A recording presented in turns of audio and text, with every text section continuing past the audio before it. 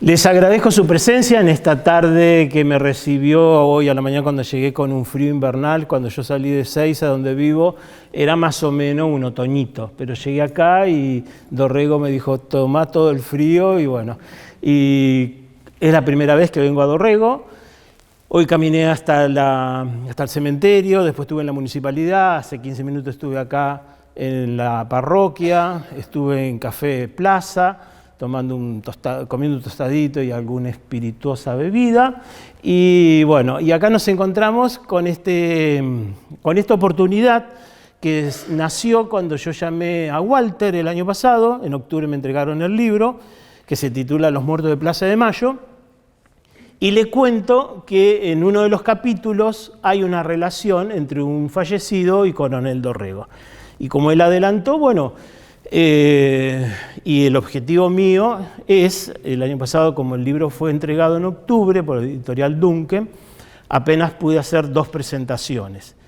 Una en el municipio de General San Martín, en el oeste de Gran Buenos Aires, porque allí hay 3 fallecidos de los hechos de junio del 55, y en el House del Country donde yo vivo en Ezeiza, 19 de noviembre. El 20 empezó el Mundial, o sea que no iba a hablar de un libro de historia y con una temática trágica, después la fiesta, fin de año, las vacaciones, y de ahora en adelante, o sea, desde mediados de marzo, comenzaron las distintas publicaciones.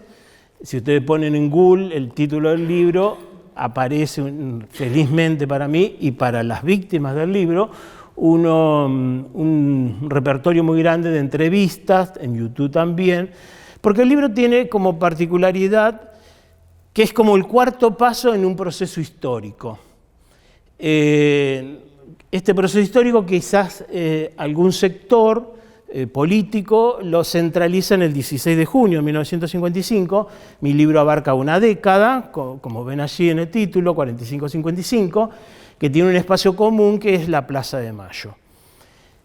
Del segundo hecho, de lo que ocurrió en abril de 53, yo no tenía, siendo profesor en historia, idea de lo que había sucedido ese miércoles. Y entonces, como más o menos tenía algunos datos de lo sucedido en la madrugada del 18 de octubre, decidí armar una década que finaliza, en este caso, con este hecho que quizás para muchos, y me llevé la sorpresa que no para todos, el bombardeo de lo que se llama textualmente el bombardeo de la Plaza de Mayo del 16 de junio de 1955 era un poco más conocido y no los otros hechos. Entonces, con pandemia de por medio, 5 años, 4 años y medio, casi 5 de investigación, donde cuando no hubo asistencia presencial en las instituciones, bueno, las redes sociales son una ayuda hoy, una buena herramienta para un investigador, porque bueno, por Facebook, por todas las redes, yo buscaba apellidos que pudieran estar contactados con estas víctimas y en algunos casos me encontré con ellos. Entonces, bueno, bienvenidos aquí. Y la Plaza de Mayo es una plaza histórica, nace la patria allí, tiene sus vivas y sus luces y sus oscuros. El jueves 18 de octubre de 1945, en cada caso los capítulos tienen un marco histórico. El 18 de octubre mueren a poquitas cuadras de la Plaza de Mayo 2 jóvenes. ¿Qué había ocurrido 3 horas antes de esta madrugada, 3 de la mañana del 18 de octubre? La finalización de un acto que es para un partido político fundacional, que era el 17 de octubre de 1945, cuando el coronel Perón, que estaba ocupando 3 cargos, vicepresidente, ministro de Guerra y secretario de Trabajo, por líneas internas dentro del gobierno de facto que había asumido el 4 de junio del 43, deciden tratar de apartarlo porque había adquirido desde ese año 43 demasiada popularidad, y entonces lo envían preso a Martín García, después aduce enfermedad, lo mandan al hospital militar, y cuando los obreros, los trabajadores en general, encabezados por Cipriano Reyes, en algún momento por la novia que tenía el coronel Eva Perón, Eva Duarte en ese momento, movilizan a los trabajadores de las zonas cercanas a la capital. Entonces, núcleo de trabajadores de Ensenada, Berisso, Avellaneda, Lanús, zonas fabriles, cruzan el riachuelo, cruzan los puentes y se van congregando en la plaza para pedir el retorno a la escena política del coronel. El presidente era Farrell y hacia las 11 de la noche se asoma el coronel Perón. Farrell le dice a Blali, por favor, sácame a esta gente de la plaza. Son palabras textuales. El suegro de mi hermana estaba en ese momento en el balcón, era un interventor de una provincia, y habla Perón, donde se presenta como el primer trabajador, y la muchedumbre se desconcentra.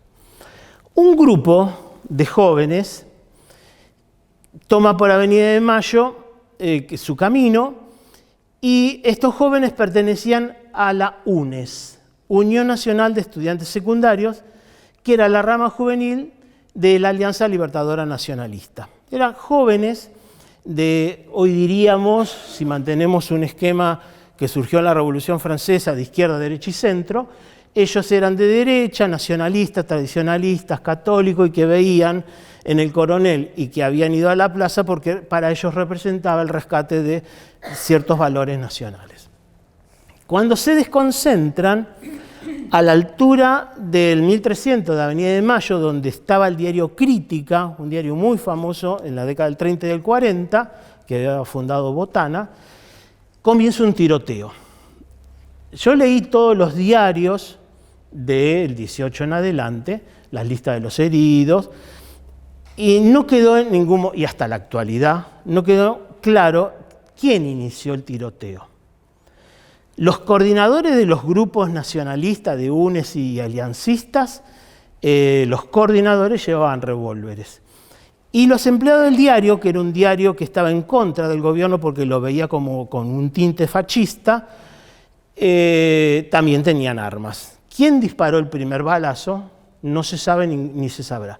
Consecuencia de eso, Darwin Ángel Passaponti, un santafesino, hijo de dos farmacéuticos de Trento y Enedina, con dos hermanas. Él, unionista, llevaba el símbolo de los unionistas en la solapa del saco, cae muerto en la vereda del diario Crítica con un balazo en el centro de la frente. Había nacido en el 27, tenía 18 años, y junto con él, que tampoco está claro si eran compañeros, había una diferencia de 3 años, Francisco Ramos, con 21, también cae muerto. ¿Por qué en la historia se rescató la figura de Darwin y Ramos, siendo que los dos terminaron en el cementerio de Chacarita, de la capital? ¿Por qué se rescató la figura de Darwin Passaponti y no la de Francisco Ramos?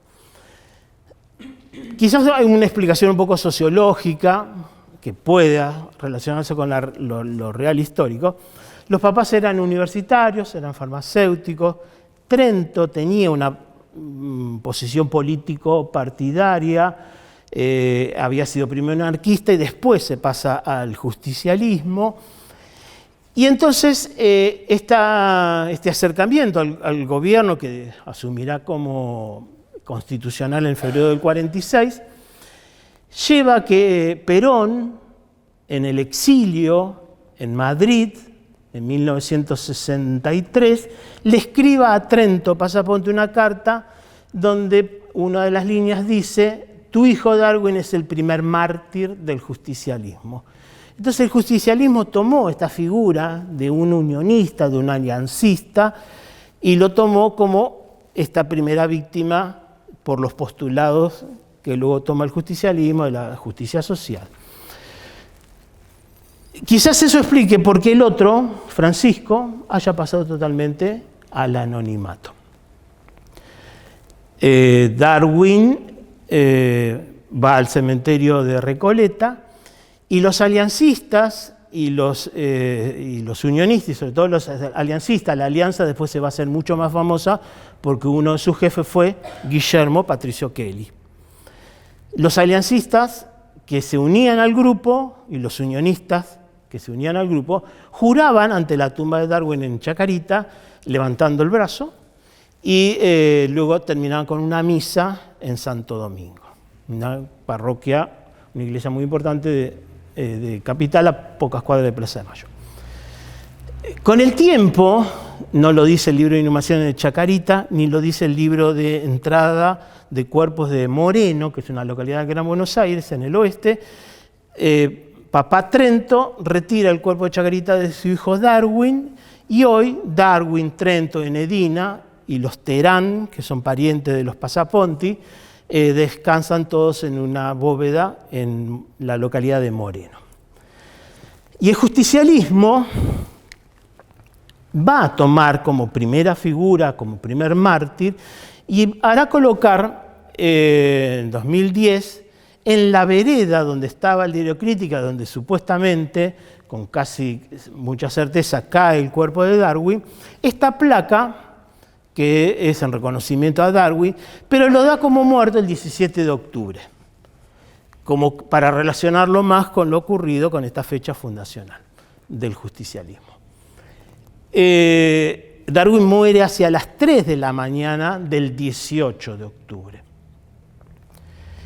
Y así lo rescata el justicialismo, diríamos, tradicional. Pero en la década del 70, unas ramas del justicialismo que se nutrieron de la AAA, tomaron y formaron comandos. Uno de estos comandos que atacaban a los que, entre comillas, ellos decían que eran comunistas, Mercedes Sosa, distintos actores, Nacha Guevara, y los atacaban con armas, amenazas, bombas, y esos comandos se llamaban Darwin Passaponti. O sea, la figura de Darwin, aún hoy, es muy reivindicada por el justicialismo, pero también por algunas fracciones muy minoritarias de ultraderecha del espectro político argentino. Estas dos figuras son las que constituyen el primer capítulo de este libro. El miércoles 15 de abril, la plaza estaba llena. Había sido convocada por la CGT, la multitud, porque el país en el 53 venía con ciertos golpes. Los famosos lingotes de oro que el coronel Perón, luego general, encuentra en el Banco Central cuando asume la presidencia, producto de las ventas de Argentina hacia el exterior por la Segunda Guerra Mundial, ya hacia el 52-53 se habían agotado a raíz de toda esa obra de infraestructura y obra social que había hecho el general Perón desde el 46 hasta el 53. En junio del 52 había fallecido Eva Duarte, y entonces a abril del 53 se presentaba tétrico el mes y los primeros meses del año porque había inflación, cuando no en Argentina, inflación, desabastecimiento, agiotismo, especulación. Entonces, frente a este panorama de falta de reservas en el banco, pocas exportaciones por una sequía y el halo protector, que había sido siempre Eva Duarte, llevaron a que el gobierno tenía que levantar el ánimo de la población. Entonces la CGT convoca a la plaza y empieza el acto después de cantarse el himno nacional, la marcha peronista, Eva Capitana, el minuto de silencio, por Eva Capitana, Eva Duarte, y después habla Bulich, el secretario general, y termina el acto con las palabras del presidente. A los pocos minutos de que el presidente, desde el balcón, habla a la multitud, estalla la primera bomba en la esquina de Defensa e Irigoyen, en un restaurante que era la planta baja de un hotel llamado Conte. Esa primera bomba provoca el estallido de los vidrios y provoca heridos. En este caso, esta foto es del subterráneo. Este es el hotel, el restaurante del hotel, del Conte, donde estalla la primera bomba y provoca heridos. Los diarios tienen cifras disímiles, 90, 92, 95 heridos, pero el acto continúa. Están las filmaciones de sucesos argentinos, se escucha el estruendo, hay un poco de humo hacia la izquierda de la imagen y el acto continúa. Es entonces cuando la muchedumbre empieza a gritar leña, leña, leña, y estalla a los 2 minutos la segunda bomba. La segunda bomba sí estalló en la boca del subte A, en la estación que se llama Plaza de Mayo, de la línea A, que son los destrozos que se ven y que se publicaron en los diarios. Una bomba muy poderosa puesta allí abajo que provoca 6 muertos. De estos 6 muertos nadie escribió nada y nadie sabía nada. El libro tiene la particularidad en los 3 capítulos fundamentales de que me contacté con parientes de los fallecidos, en el caso de Darwin, con una sobrina, y en el caso de los fallecidos desde el 53, con el nieto de uno de los trabajadores del subte muerto. Este sábado, 15 de abril, son los 70 años, y ellos van a descubrir una placa, el sindicato de los trabajadores del subte, y me invitaron porque, bueno, yo aporto mucho más de lo que ellos mínimamente tenían. Bueno, los agujeros de las bombas, de las esquirlas en el balcón del subte y los muertos.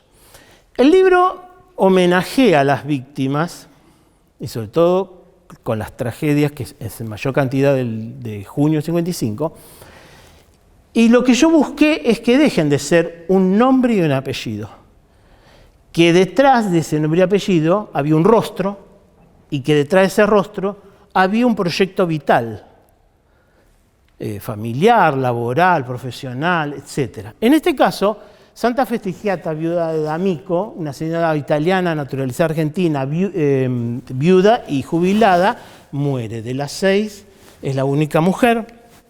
Salvador Manes, un joven trabajador del subte, italiano.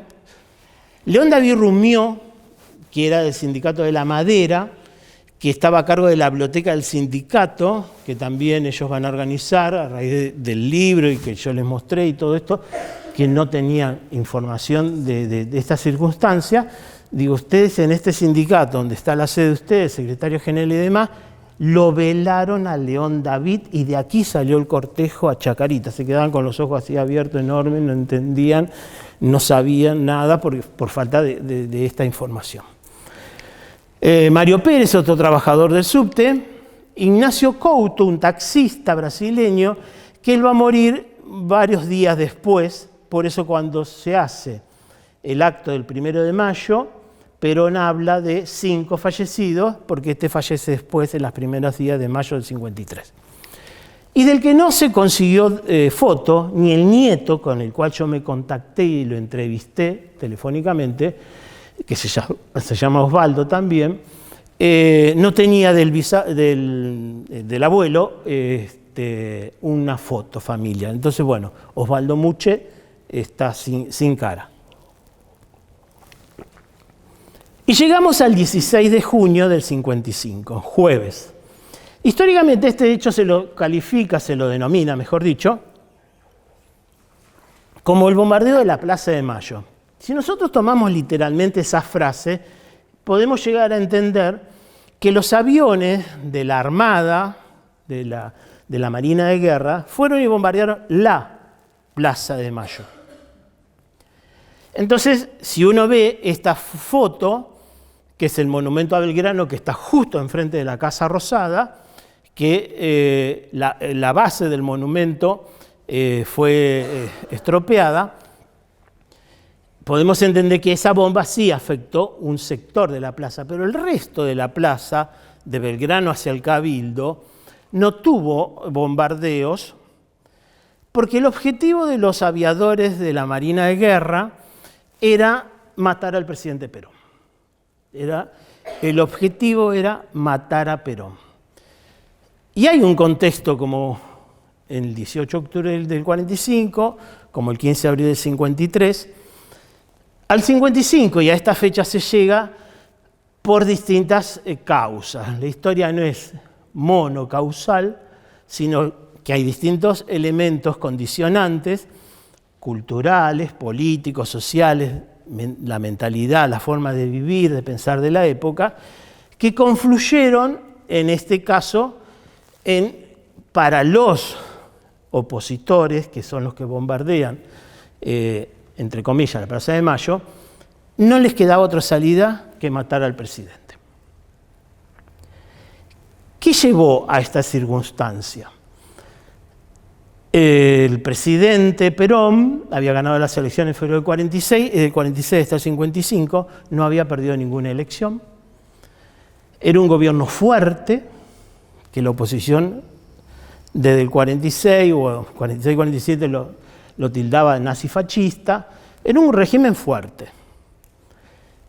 Y había controlado los medios de comunicación y daba poco espacio para que la oposición pudiera verbalizar sus argumentos. El 55, si el 53 ya tenía pocas reservas, el 55 tenía menos, y algunos principios, algunas banderas del justicialismo, como que fueron un poco arriadas. Nunca capitularemos entre el capitalismo, entre los yanquis, pero hubo que pedirle a Leipzig-Bahn un préstamo, no vamos a firmar nada contra la soberanía nacional y hubo que firmar un contrato con compañías petroleras norteamericanas.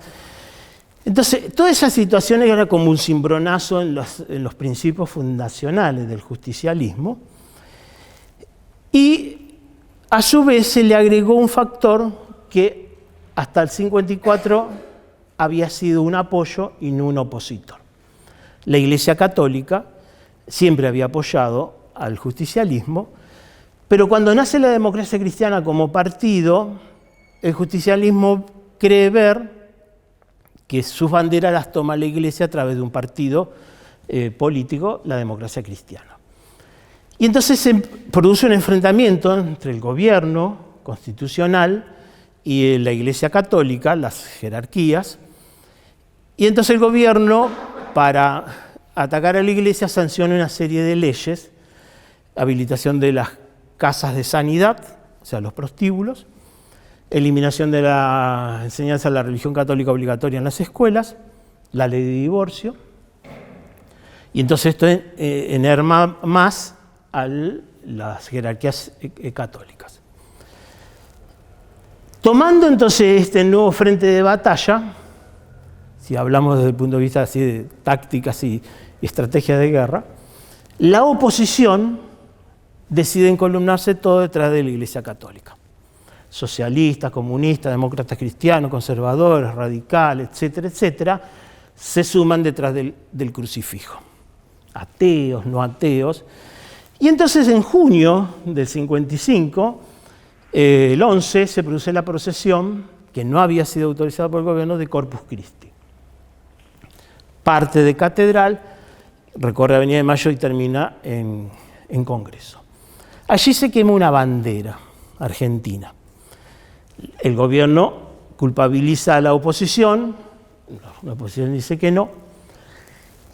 Se expulsan a 2 obispos, Noboa y Tato, y entonces como que el acercamiento ya era imposible entre la oposición, la Iglesia y el gobierno, que endureció más su postura, y se decide convocar, el jueves 16 de junio, el gobierno decide convocar a la población a la plaza para ver pasar un desfile de aviones en desagravio a la quema de una semana antes de la bandera argentina. Se le da asueto a los empleados estatales al mediodía para que puedan nuclearse en la plaza y ver el desfile. Ese día, estamos 16 de junio, otoño, mucha niebla. Los opositores, yo no los estoy justificando, sino que estoy describiendo el hecho histórico. Para ello, el único camino que les dejó el gobierno era sublevarse, ya había habido algunas sublevaciones, como el general Menéndez en Córdoba, era matar al presidente. Entonces, deciden aprovechar el desfile de aviones, que era en homenaje a San Martín y a la bandera, para bombardear la casa de gobierno. Como había niebla, y el desfile iba a comenzar como a las 10 de la mañana, ellos, los opositores, deciden postergar un poco el inicio de los aviones, del pasaje de los aviones, porque ellos no tenían plafón, que era visibilidad, para que cuando partieron de las bases militares, navales, porque se sublevaron los aviadores de la Marina de Guerra, y tomaron Capital y venían por Avenida de Mayo, tenían que tener visibilidad para que las bombas cayeran sobre la Casa de Gobierno. A las 12:40, hay 3 horarios, 12:40 es el primer bombardeo, el primer pasaje, 15:15 segundo pasaje, 17:10 el último. Cuando se produce el primer pasaje de aviones, las primeras bombas caen sobre Avenida Paseo Colón. Este es el Ministerio de Economía actual, la famosa recoba arcada del ministerio, y caen allí las primeras bombas y otras bombas caen en la boca del subte A. Aquella boca que en el 53 tuvo una bomba, esta recibe bombas en el 55. Ante estas circunstancias, el objetivo era la Casa de Gobierno. Esto es una foto de alguno de los destrozos. Vista la Casa de Gobierno de frente, el ala derecha quedó totalmente destruida. Allí cayeron muchas bombas, murieron muchos empleados. Porque, vuelvo a decir por tercera vez, había que matar al presidente. Perón, como todas las mañanas, y como todo militar, mi familia hay varias gorras, entonces sé que se levantan temprano, no sé para qué, pero se levantan temprano, disculpen si hay militares, se levantó temprano, tuvo audiencia a las 7:30 con el embajador norteamericano, y le empiezan a llegar las informaciones de los ministros y decanes de que hay movimiento raro en las bases de la Armada. Entonces Perón se pasa al búnker del Ministerio de Defensa. El Ministerio de Ejército, que hoy es el Ministerio de Defensa, que sigue ahí enorme sobre Paseo Colón. Entonces, cuando caen las bombas, el presidente no estaba en la Casa de Gobierno. Si el objetivo era matarlo, no lo iban a matar porque no estaba en la Casa de Gobierno. La Casa de Gobierno recibe distintos destrozos. Y las bombas, no solo los aviones largaban bombas de explosión que provocaban boquetes, destrucción de edificios, infraestructura, sino había bombas de fragmentación. Cuando la cabeza se abría, largaba esquirlas. Y a su vez algunos aviones ametrallaban la plaza. Entonces aún hoy, el mármol de la pared del Ministerio de Economía tiene como testimonio de esa época estos orificios, y hay una placa que en la presidencia de Menem, siendo ministro de Economía Cavallo, mandó colocar. Fíjense la profundidad para hacer ese hueco en el mármol. Imagínense lo que pudo haber sido en un cuerpo humano. Entonces, tenemos los trolebuses, los antepasados de los colectivos, que venían por Paseo Colón. Esta es una foto dramática.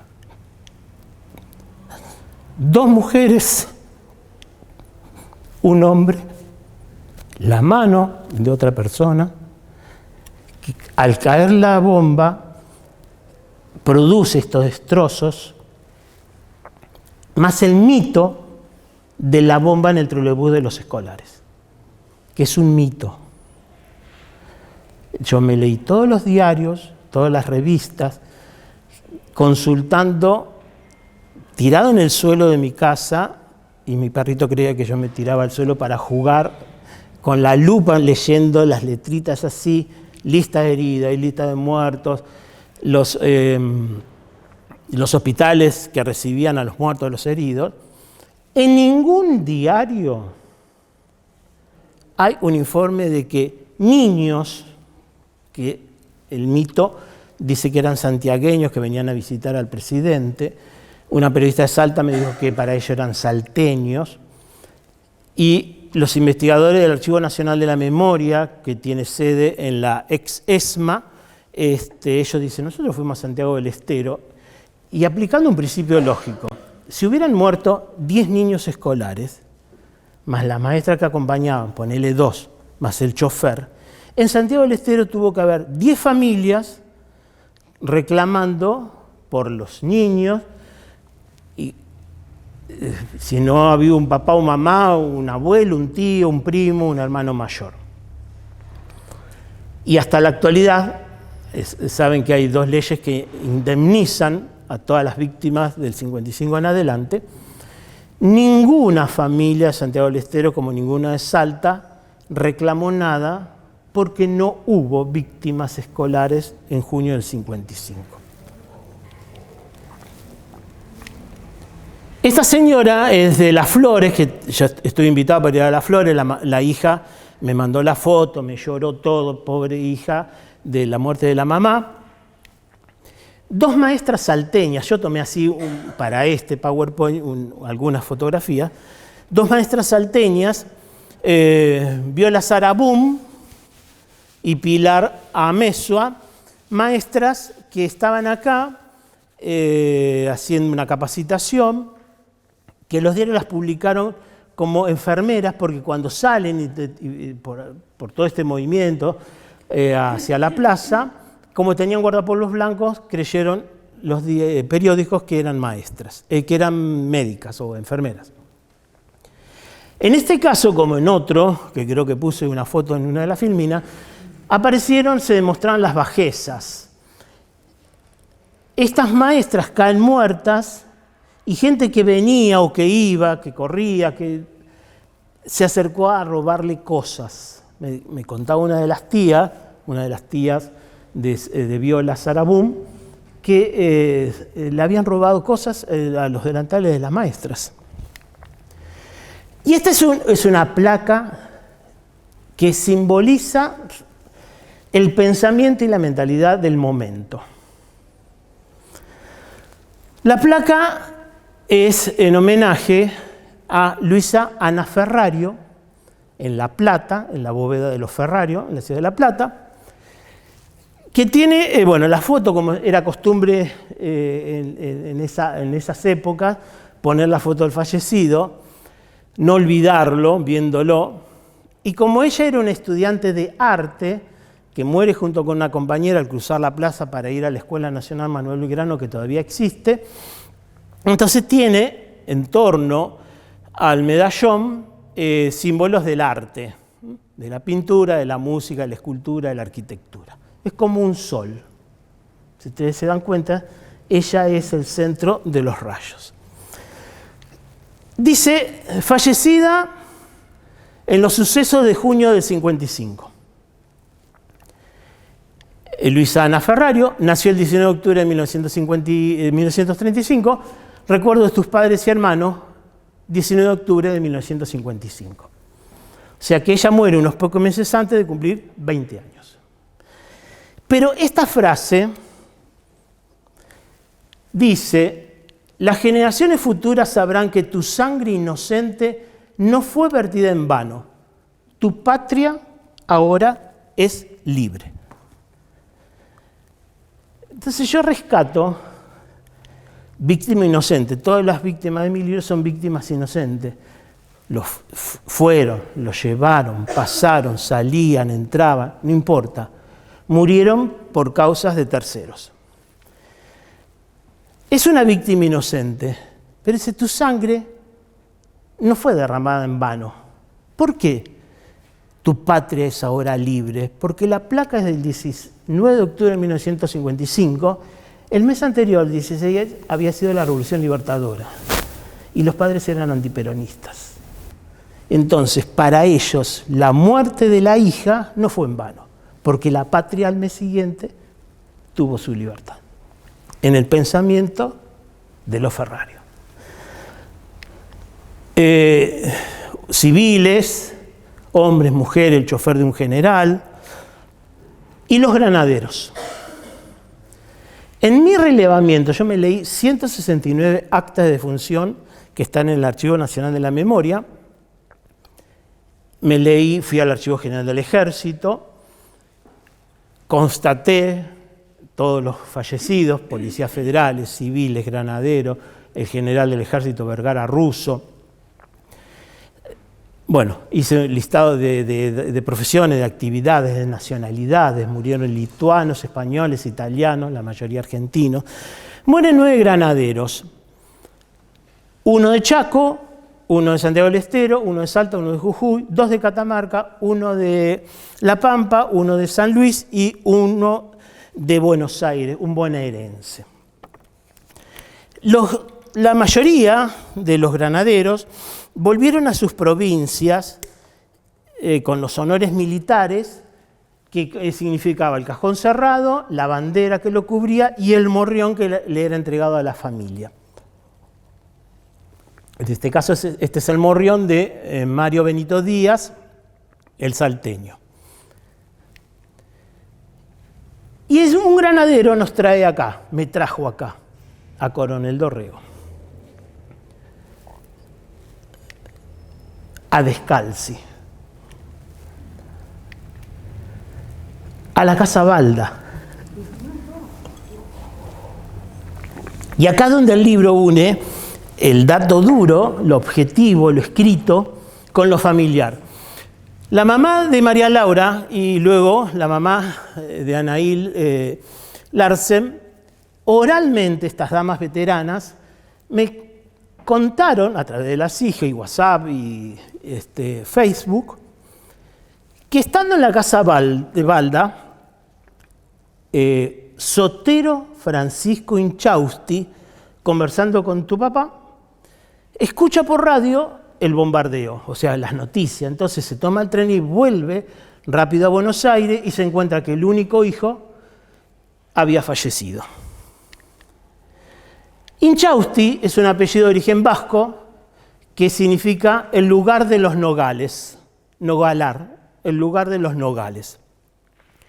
Y de la Serna es un apellido español que tiene 3 ramas, donde en un libro que lo encontré en Google, yo no lo leí físicamente, Nobleza Universal y Sumario de las Casas Ilustres de España, menciona 3 solares de origen de la Serna, y el que nos corresponde a nosotros, porque la mamá del granadero era una de la Serna, la rama esa es la que se originó en Santander. Y este apellido es la transformación de un apellido judío en un apellido castellanizado. O sea que los de la Serna, una de las ramas, recuerdan ustedes cuando los Reyes Católicos hacen la unidad española, no solo fue política territorial, sino religiosa. Los musulmanes y los judíos debían irse de España sin sus bienes y los que querían quedarse se tenían que cambiar el apellido y la religión. Entonces, muchos, que si un judío que era sastre, pasó a apellidarse Sastre, y el que vivía cerca de un lago, Lago, y el que vivía cerca de un valle, Valle. Bueno, hay de las Sernas que tomaron el nombre Serna, y después pasó a ser de la Serna, es como un apellido de arriba.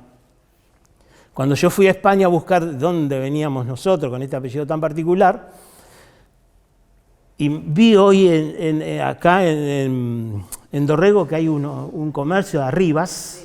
Bueno, los Arribas y los de arriba somos parientes en este gran árbol genealógico. Mis antepasados eran del norte de España. Siglo XIII bajan hacia el centro, hacia Salamanca, y ahí es donde comienzan a diferenciarse un poco, porque todos eran hijo de Juan, hijo de María, hijo de Pedro, como en el Antiguo Testamento, o soy el hijo de Pedro el sastre, soy el hijo de Pedro el carpintero.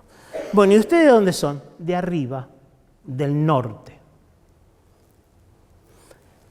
Entonces se le agregó el de. En las invasiones inglesas, cuando se formaron, para la segunda invasión, se formaron los regimientos. Se formaron regimientos con tropas de Salta, Jujuy, Catamarca, los arribeños, porque eran los de arriba, de las provincias del norte. Hoy en España se sigue hablando de arribeños y abajeños.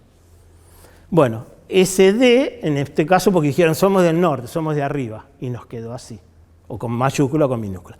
El de las Sernas, Serna era el apellido original, después viene el de, que no le da ningún tipo de aristocracia ni al mío ni al de ellos, en el agregado del D. Sotero Francisco es un Inchausti, donde acá hay Inchaustis en Coronel Dorrego, en Oriente, Descalzi, pero que no son parientes, si hay algún Inchausti acá me rectifica, que no son parientes de Sotero Francisco, que se va a casar con Mercedes de la Serna. Y tienen un único hijo, Rafael Sotero, que va a tomar Sotero como nombre, porque el papá era Sotero Francisco, y Rafael viene de los de la Serna, porque el primer de la Serna de Santander era Rafael, y ese Rafael se va repitiendo en distintas ramas. Entonces el pobre muchacho de la clase 34 con 21 años le pusieron Rafael y segundo tenía que ser el del papá. Los Inchausti tienen su escudo nobiliario, que es un nogal por el cual por debajo pasan dos zorros, y el primer Inchausti, que no significa que sea pariente directo de este Sotero Francisco, llegó a Buenos Aires en 1849. Y Juan Manuel de la Serna, acá en Coronel Dorrego, que todavía el archivo no me lo mandó, hubo acá en 1874 un Juan M. de la Serna que mensuró tierras acá en Coronel Dorrego. O sea que más o menos de esa segunda mitad del siglo XIX están los de la Serna acá. Rafael de la Serna se casa con Mercedes de Arenaza, él es hacendado, Rafael, y es censado en Ayacucho, y tienen 3 hijos, Rafael, Elena y Mercedes. Mercedes es la que se casa con Sotero Francisco. Rafael hijo se casó con Constanza Bachmann y tuvo 3 hijas, Felicitas, Mercedes y Mónica. Felicitas se casa con Gustavo Argentino Torres Lacroze. Mercedes se casa con Luis Barrenechea y Mónica con Arturo Labou, que son estas familias que tienen descendientes que todavía vienen, ¿cierto, Anaí? Aquí, a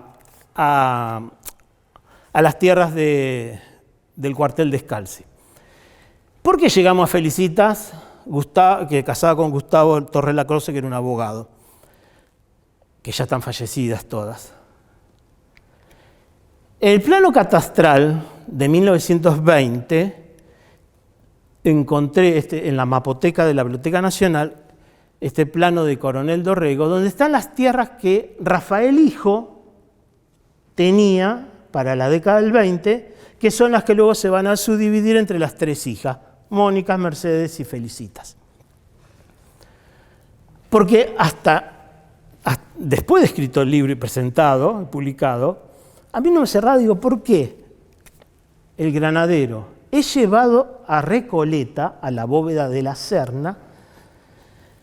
¿Y por qué el 27 de abril de 78, dentro de pocos días, se va a cumplir un hecho en el cual intervino Felicitas de la Serna de Torres Lacroze, que acá hoy en el libro de la municipalidad aparece como Torres Verdaguer, retira, con autorización de la Dirección General del Cementerio el 27 de abril, un ataúd con el cuerpo de Rafael Sotero Inchausti, el granadero, y una urna con Sotelo, se pone Sotelo, pero Sotero, Francisco, el papá del granadero, y los trae a Coronel Dorrego. Cuando pasaron estos datos familiares de recuerdo de estas señoras, damas veteranas de acá de Coronel Dorrego, yo digo, claro, si tenían propiedades acá, el papá estaba acá relacionado con las tierras de la esposa, tenía sentido que dejaran la bóveda de la Serna allá y los trajeran acá. Porque había un contacto familiar de Felicita con sus hermanas, o con sus sobrinas por lo menos. Felicita vendría a ser la prima hermana del granadero. Y hoy me encuentro en el libro que Mercedes, la mamá, compró el 24 de abril, 3 días antes, compró el 24 de abril la tierra acá en el cementerio. El 27 se exhuman los 2 cadáveres. Están un tiempo en un lugar que no es la tierra comprada, o sea, dentro del cementerio, por supuesto, pero no es dentro de la tierra comprada, y recién entran a esta tierra comprada el 5 de julio del 78. Y tanto el cuerpo del papá como el del granadero y el de propia Felicita, que es la que los trajo, pasaron al osario en octubre del 2000, hace 23 años, y se perdieron. O sea, están ahí, junto con otros huesos. Entonces, ¿quién era Rafael Sotero Inchausti? Un rancho, me costó un montón las revisiones, me contacté con 2 granaderos clase 34, imagínense la cantidad de siglos que tienen encima estos 2 granaderos. Uno me contaba, yo a la noche salí a la plaza y le tiré a las últimas farolas unos disparos porque creíamos que venía un cuarto bombardeo y entonces tenía que estar todo oscuro. No se olviden, que es un detalle que yo no voy a obviar, que terminado el tercer bombardeo, o sea, primero 12:40, la CGT llama a los trabajadores a defender al gobierno, creyendo que se había terminado el bombardeo, para ellos 1, y a las 15:15 viene el segundo bombardeo, cuando la plaza tenía más trabajadores. Después viene el tercer bombardeo, 17:20, después empieza una llovizna fina, después viene la quema de las iglesias de Buenos Aires, y así termina aquel desastroso 16 de junio. Unos días antes, vaya a saber cuántos días antes, hay un rancho en el regimiento de granaderos, allí en Luis María Campos, y esta foto es histórica porque acá este joven es Inchausti, Rafael Sotero Inchausti, y este es Oscar Adolfo Drasich, otro granadero que murió, santiagueño en este caso, cuya hermana tiene 86 años y me contó todo, y me dijo, tenés que escribir lo que yo te digo. La señora 86 años, macanuda, pero esto lo tenés que escribir, esto no lo tenés que escribir. Bueno, sí, Olga, a ver, ¿qué escribo, qué no escribo? Yo respeté porque ya algunas cosas privadas, y el libro, todo lo que los familiares me dijeron no publique, no lo publiqué. Entonces, esta foto tenemos a Sotero Inchausti, que es un conjunto de huesos que está acá en el osario, y que yo pediría que traten las autoridades del municipio y el Consejo Deliberante y los vecinos, de hacer algo por la víctima en cuanto a recuerdo, porque este granadero, Oscar Adolfo Drasich, tiene en Santiago del Estero, perdón, en Chaco, una escuela, una sociedad de fomento y una placita con su nombre. El granadero Eber Moca de La Pampa tiene una calle con su nombre. El puntano, Baigorria, José Alodio Baigorria, tiene la ruta que lleva al cementerio con su nombre y apellido. El salteño Mario Díaz tiene un barrio en Salta. Y los otros tienen reconocimientos de las legislaturas y diploma entregado a los parientes, tíos, sobrinos, etc. Entonces habría que rescatar con algo chiquitito, una plaquita, una plazoletita, un monumento, que Rafael Sotero Inchausti, que solamente murió por cumplir con su deber junto con los otros 8 compañeros, merece un recuerdo porque, si bien estuvo en Recoleta, del 55 al 78, está acá, con su papá. Mercedes no sé, porque no he podido encontrar dónde está la mamá. Entonces, esta es una foto histórica porque tengo 2 granaderos muertos. Muchas gracias por estar en la tapa del libro. Disculpen la emoción. Gracias.